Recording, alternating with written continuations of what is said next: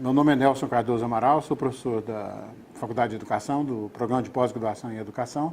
Tenho uma trajetória meio complicada, porque eu fui graduado em Física, depois fiz mestrado em Física e por ter trabalhado na gestão da Universidade Federal, como pró-reitor de Administração e Finanças, depois vice-reitor, acabou que eu me enveredei para o lado de estudar financiamento da educação e fiz doutorado em Educação.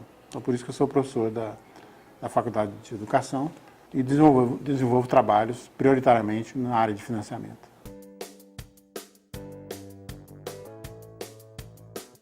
O que me levou a produzir um trabalho dessa forma que você compreendeu e de forma perfeita foi o fato de muitos ataques vindo contra a universidade pública. E precisava deixar claro para as pessoas os mitos que estavam presentes, que estão presentes nos ataques. Então eu selecionei 10 itens, que eu chamei de 10 mitos, e procurei explicar de forma mais didática para as pessoas por que aquilo era um mito, na minha visão, claro. E divulguei isso sem nenhuma pretensão de publicação acadêmica. Então, não foi publicado academicamente, despachado diretamente para as pessoas que eu conheço e invadiu a rede social, com muitas pessoas lendo e fazendo as suas análises. Nesse contexto, a ANPED, que é a Associação Nacional de Pesquisa e Pós-Graduação em Educação, que é uma entidade nacional, fez um vídeo, de forma mais simplificada ainda, de 10 minutos, mostrando esses 10 mitos. Então foi um objetivo mesmo, premeditado, de não ser um texto acadêmico.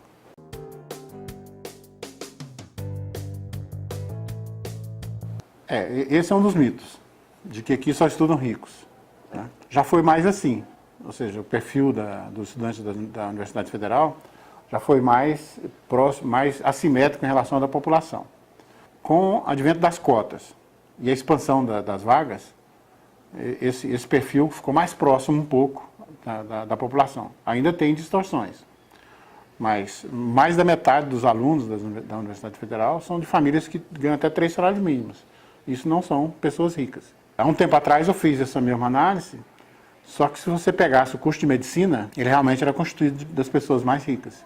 Mas agora nem o curso de medicina porque as cotas fez com que o curso de medicina se tornasse uma entrada mais democrática com pessoas de rendas mais baixas no contexto do curso de medicina.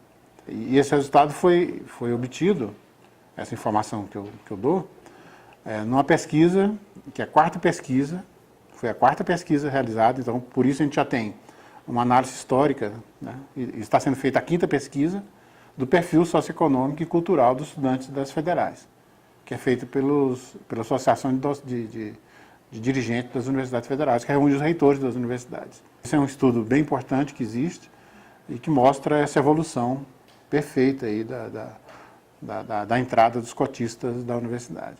E é claro, o reúne, como dobrou a quantidade de vagas nas universidades federais, permitiu também a entrada de pessoas com menores condições econômicas aqui dentro, e de perfil étnico também diferente. E isso é visível quando a gente anda nos pátios da universidade.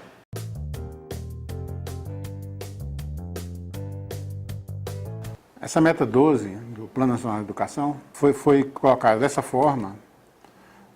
Tem os motivos para colocar esses números.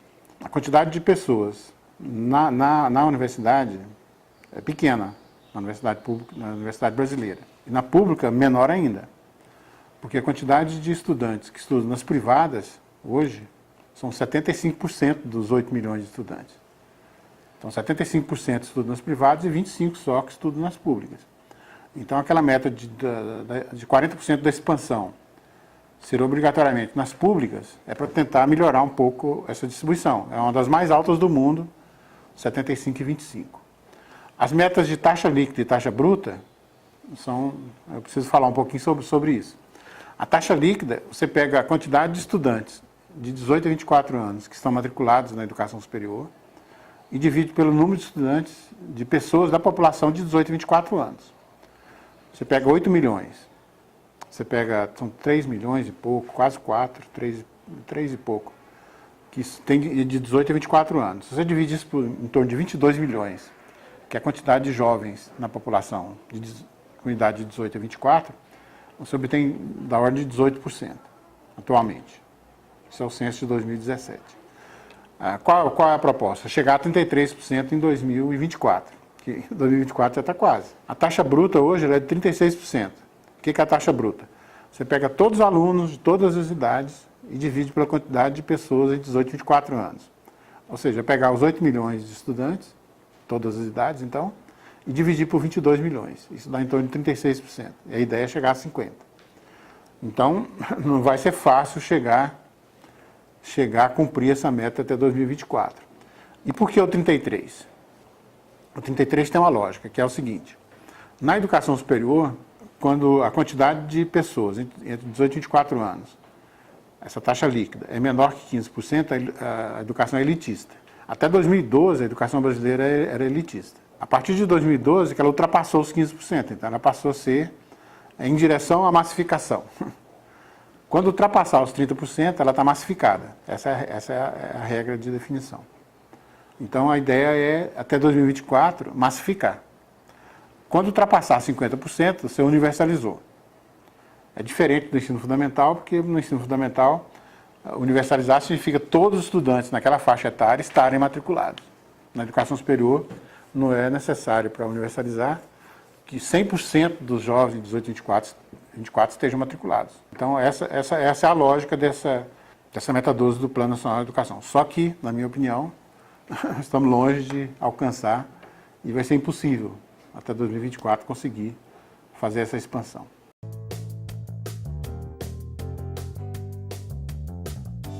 Ela é uma lei que foi bastante debatida na comunidade, teve muita movimentação social em torno da sua aprovação. Ela não foi aprovada como a gente gostaria. Por exemplo, a meta 20 ficou como meta atingir o equivalente a 10% do PIB em dinheiro para gasto em educação em 2024. A nossa defesa é que esses recursos fossem aplicados todos na educação pública. E ficou definido que o dinheiro público aplicado tanto nas públicas quanto nas privadas. Por exemplo, os recursos envolvidos com FIES e com o ProUni vão contar nesse contexto dos 10% do PIB. Os valores que os estados, os municípios pagam para as escolas privadas, no caso das creches, por exemplo, ficarão contados como recursos da educação. Então, mas em geral, será uma revolução na educação se esse Plano Nacional, mesmo do jeito que ele ficou aprovado, for levado adiante e as suas metas serem cumpridas.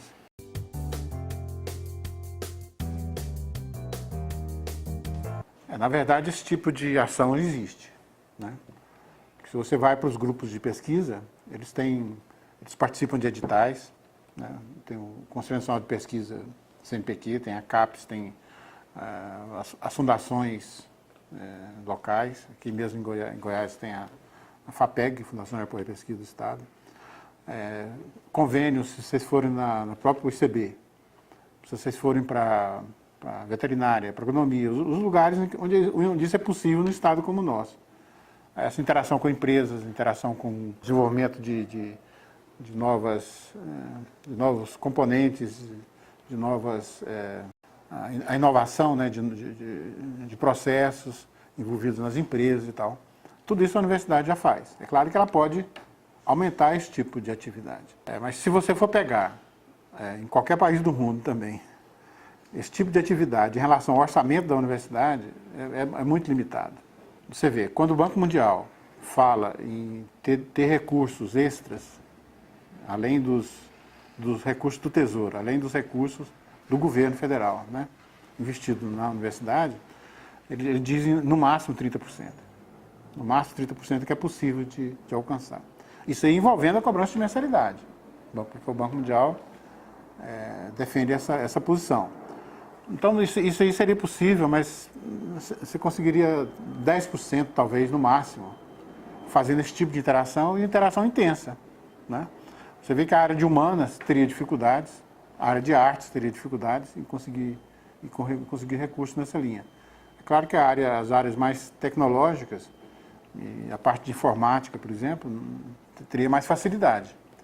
Mesmo assim, tem que ser medido, né? O esforço que a instituição tem que despender com esse tipo de atividade e o esforço que ela tem que fazer com a formação de estudantes de graduação, formação de estudantes de pós-graduação. desenvolvimento de pesquisas originais que dão novos passos no conhecimento. Ou seja, tem um tanto de atividade que ela tem que desenvolver, que tem que limitar também esse ponto específico. Tem um caso muito especial, que foi da Federal de Minas Gerais, em que teve que dar um basta no grupo de informática, que o grupo de informática está virando uma grande empresa dentro da Universidade Federal. O tanto de atividades, interações e prestação de serviços que eles estavam fazendo.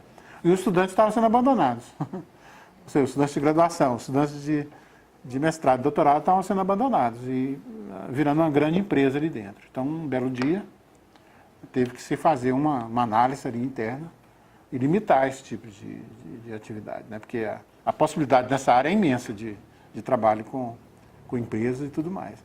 Então, tem essa situação aí de conflito também e de tensão interna, né? Até onde a universidade vai e até onde ela não vai. Na área de ciências biológicas é muito claro isso, as patentes, por exemplo, né? As patentes biológicas. Até que ponto ela vai com a empresa, que a empresa quer que a patente seja desenvolvida e que seja em nome da empresa que pagou e que resultou aquela inovação ali. Então, tem todo esse conflito interno, e que é um conflito saudável dentro do ambiente universitário.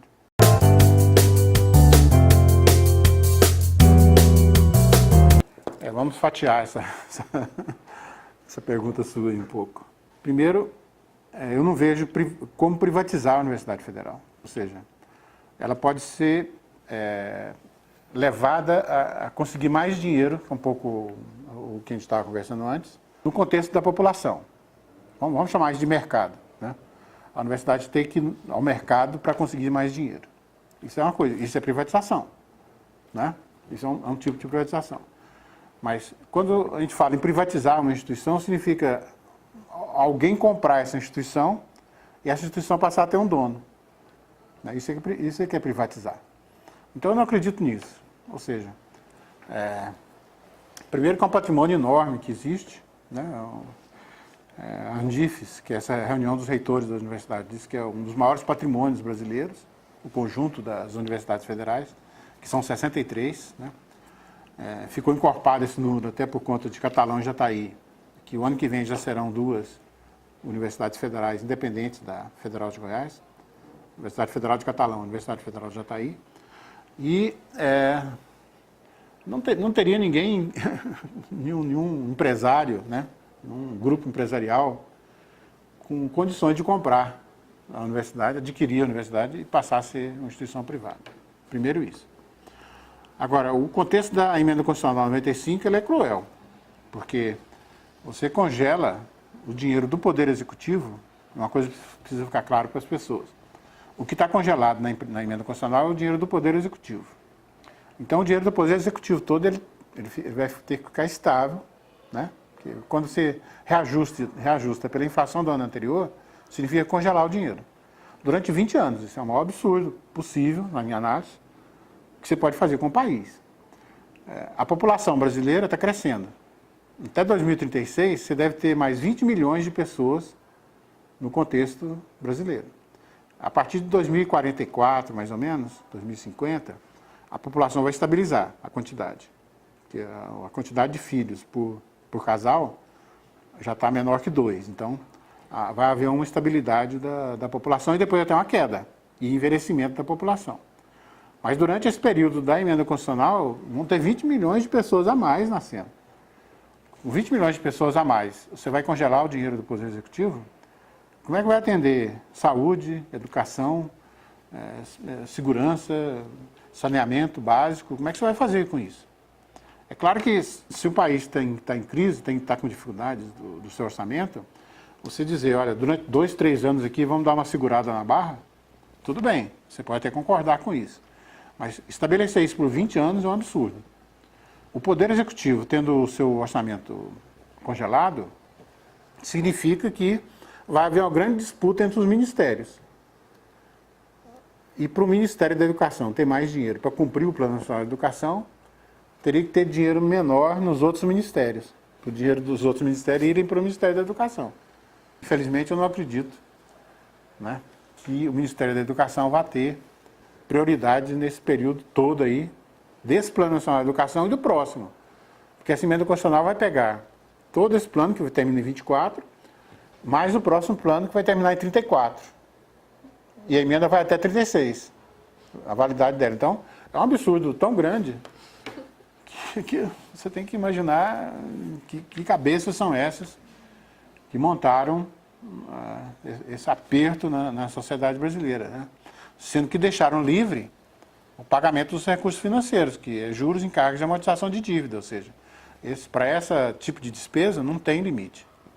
Não existe nenhuma especificidade de compressão, né, de patamar para esse tipo de despesa.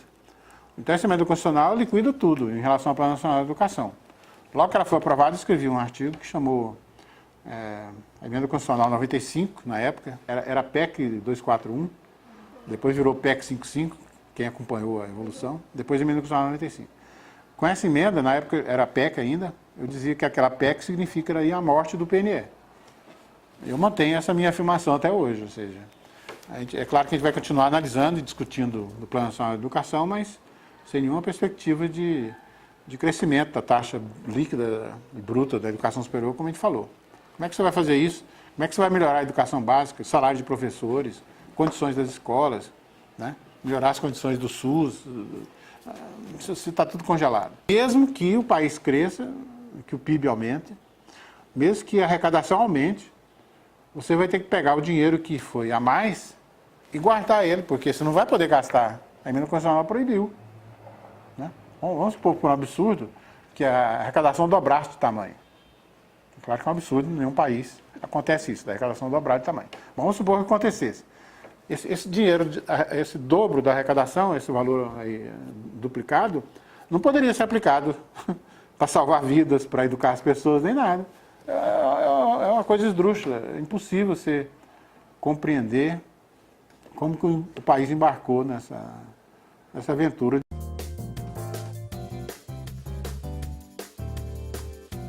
Essa emenda constitucional atingiu o Poder Executivo como um todo. Então está tudo aí, debaixo desse guarda-chuva, as políticas sociais, a educação, a saúde, todas. Então vai atingir todo mundo. E a disputa vai estar dentro dos ministérios. Se você pega o orçamento do Ministério da Defesa, eu tenho os números da evolução dele, ele cresceu bastante de 2016 a 2017. Que é o Exército, Marinha e Aeronáutica. Cresceu bastante o orçamento deles. A custo de quê? De ter diminuído dos outros. Então, quem tem poder, né, de pressão no contexto do Poder Executivo, consegue, na aprovação do orçamento, mais dinheiro do que um outro que não tem tanto poder.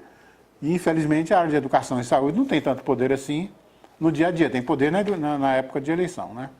Na época de eleição, o poder dessas áreas são grandes para tentar persuadir a população a votar nesse contexto. Mas, quando chega a hora da verdade ali, da execução orçamentária, se você pega o poder judiciário, também aumentou. Se você dá uma olhada no dinheiro do poder judiciário, ele cresceu. Por que será que o poder judiciário conseguiu crescer e por que a da saúde não conseguiu crescer? Então, realmente, é um processo complicado esse na sociedade brasileira atual, né? Fruto desse processo todo que ocorreu em termos de querer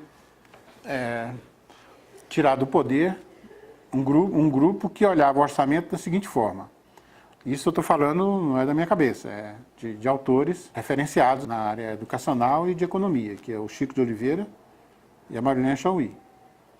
Eles têm uma análise que é o seguinte: a luta de classe na sociedade atual, na sociedade contemporânea, está no rumo, e vocês veem se é verdade isso ou não. É só olhar o contexto eleitoral que a gente tem hoje. Olhar o rumo que é dado por dinheiro do fundo público. O fundo público é o quê? É todo o dinheiro que é arrecadado da população, tanto pessoas físicas quanto empresários. Então, é montado esse volume de dinheiro lá no governo. Para onde vai esse dinheiro? Para que lado que vai esse dinheiro?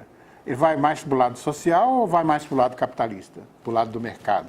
Vamos falar com essa linguagem. Se ele for mais para o lado social, você está entrando, tem uma crise aí no mundo capitalista. E que é onde está a luta de classe. A luta de classe na sociedade atual não é mais você fazer trincheira na rua e ter guerra civil e luta de classes ali, nesse contexto. A luta de classe está para onde vai esse dinheiro?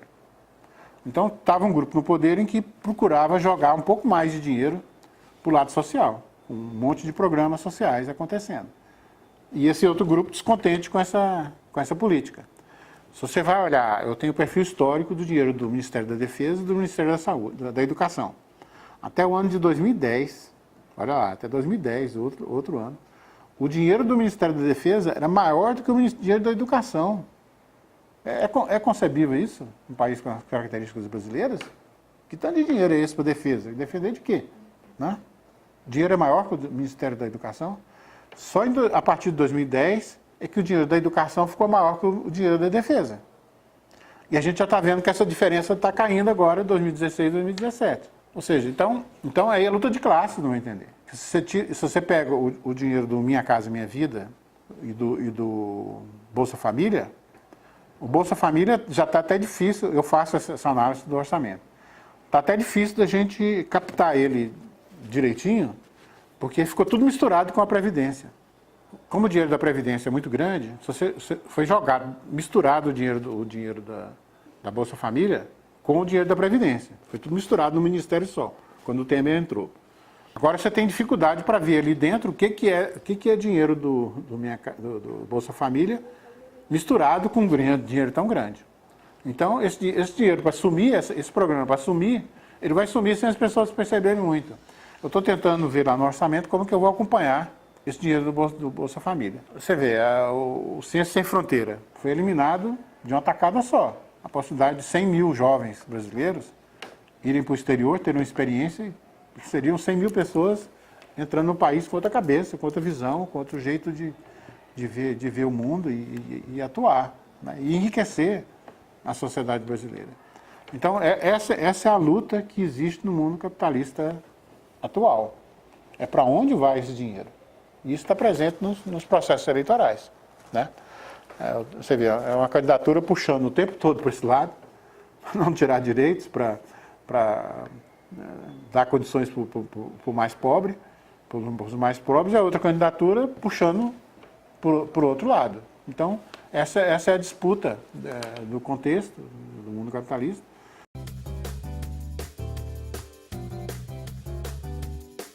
Isso é um dos mitos que eu discuto, né?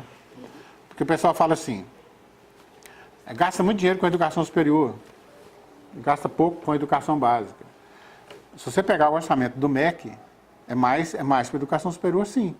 Isso porque a educação básica, ela está quase toda, nos municípios e nos estados.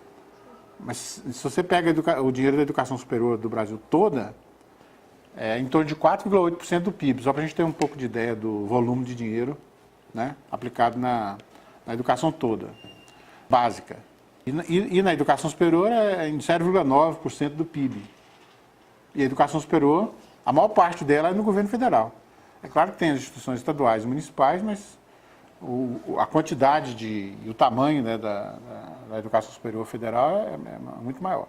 Então o pessoal fala isso e só olha o dinheiro das universidades federais. Aí eu fui fazer a seguinte conta. Peguei o dinheiro das universidades, pensei assim, bom, vamos pegar metade desse dinheiro e jogar para a educação básica. E dividir o que significa o acréscimo, o que significa esse acréscimo de dinheiro na educação básica em relação ao total por aluno. É muito pequeno o valor, é em torno de 7%, se eu me lembro bem do número, é 6,8% de aumento no valor por aluno na educação básica. E o que significa tirar metade do dinheiro da Universidade Federal? Para tirar metade do dinheiro da Universidade Federal aqui, você tem que mandar metade dos professores para fora, mandar metade dos técnicos para fora e fechar um monte de prédios. Não vai poder gastar luz, não vai poder gastar água, os laboratórios todos vão ter que ser desativados, ou seja, você destrói a Universidade Federal. E não significa muita coisa lá na educação básica. Então, esse é um mito. Você achar que, tirando dinheiro das universidades federais, você vai conseguir melhorar a educação básica. Pelo contrário, né? Você tem que melhorar mais ainda a Universidade Federal, para você formar professores, formar bons profissionais e tal, para isso aí chegar no país, causar desenvolvimento, aumentar o PIB, aumentar a arrecadação, aumentar a formação de professores para melhorar a qualidade da educação básica, melhorar a formação dos jovens, das crianças e tal. São mitos, né? que vão sendo formados e que são jogados para a população num raciocínio simplista, e isso encaixa na pessoa que não percebe isso, que não faz esse número. Voltando ao início da nossa conversa, né, esse tipo de coisa que me fez escrever esse texto, ou seja, vamos fazer essa conta e vamos ver o que dá. Né? Outra conta que eu fui fazer também é cobrar mensalidade nas universidades federais. Quando eu faço o cruzamento, foi o que eu fiz, né? Entre o perfil socioeconômico dos estudantes das federais e o perfil socioeconômico da população, se você pegar e colocar o seguinte critério, a pessoa vai pagar para entrar aqui na universidade para estudar, é um valor que independe do curso que ela vai fazer, depende do salário dela, depende do salário familiar. Então, para você fazer essa conta e obter aqueles 30% de dinheiro vindo de mensalidades, teria que ser 24% do dinheiro da família para um filho estudar aqui. Se você der bolsas para quem ganha até 2 salários mínimos. Ou seja, quem ganha até 2 salários, família que tiver só até 2 salários mínimos não paga nada, continua gratuito como é. Aí quem vem tem que pagar mensalidade. Seja curso de medicina, geografia, história, ciência biológica, o que for, ele vai pagar o mesmo valor dependendo da renda familiar. Que é assim que é a lógica que é defendida pelo Banco Mundial. É para fazer redistribuição de renda. Quem ganha mais paga, né? Paga mensalidade, quem ganha menos não paga. Mesmo assim seria 24%, porque a nossa distribuição de renda é muito desigual. Nós temos muito pouca gente ganhando muita coisa e muita gente ganhando pouco. Então, mesmo a classe média brasileira não tem um rendimento tão elevado. O PIB brasileiro ele é grande, vamos dizer assim, olhando ele sem relativizar, mas quando você divide por 200 milhões de pessoas, dá um PIB baixo. Se você pega o PIB americano, pra vocês terem ideia, o PIB brasileiro é em torno de 4 trilhões de dólares. O PIB americano é em torno de 20 trilhões de dólares. Então é 5 vezes. Aqui tem 200 milhões de pessoas, lá tem 300 milhões de pessoas. E as pessoas ficam o tempo todo fazendo comparação do Brasil com os Estados Unidos, de Brasil com a Alemanha, de Brasil com Finlândia, Brasil com Coreia. Ou seja, não tem como comparar. São realidades diferentes. A desigualdade regional brasileira é imensa. A pobreza, né, instalada na população é muito grande. A concentração de renda é muito alta. Aqui em Goiânia não é tão chocante quando é no Rio de Janeiro e tal, porque lá estão as favelas expostas no morro. Mas aqui, se você andar pela periferia da cidade, você vê a quantidade de situação de favela, vamos dizer assim, né? E por ser uma cidade mais plana, mais arejada, assim, em termos de possibilidade de terreno, você não fica tão chocado. Mas qualquer cidade brasileira, de maior porte, um pouco, se for, é uma desigualdade imensa. E tem tudo isso para ser corrigido. O que não acontece com a Alemanha, com a França, com Itália, com os Estados Unidos mesmo. Nos Estados Unidos também tem desigualdade, mas não é tão monstruosa como é a desigualdade daqui. E a elite brasileira não compreende que ela teria uma vida muito melhor, né, se ela aceitasse diminuir essa desigualdade um pouco. Ou seja, quando entra um governo que faz aquilo com o fundo público, que eu estava dizendo, para tentar diminuir um pouco das desigualdades e tentar igualar um pouco mais a revolta de classes que chega a tirar presidente de poder. A gente queria agradecer ao senhor por Eu que disponibilizar agradeço seu aí. tempo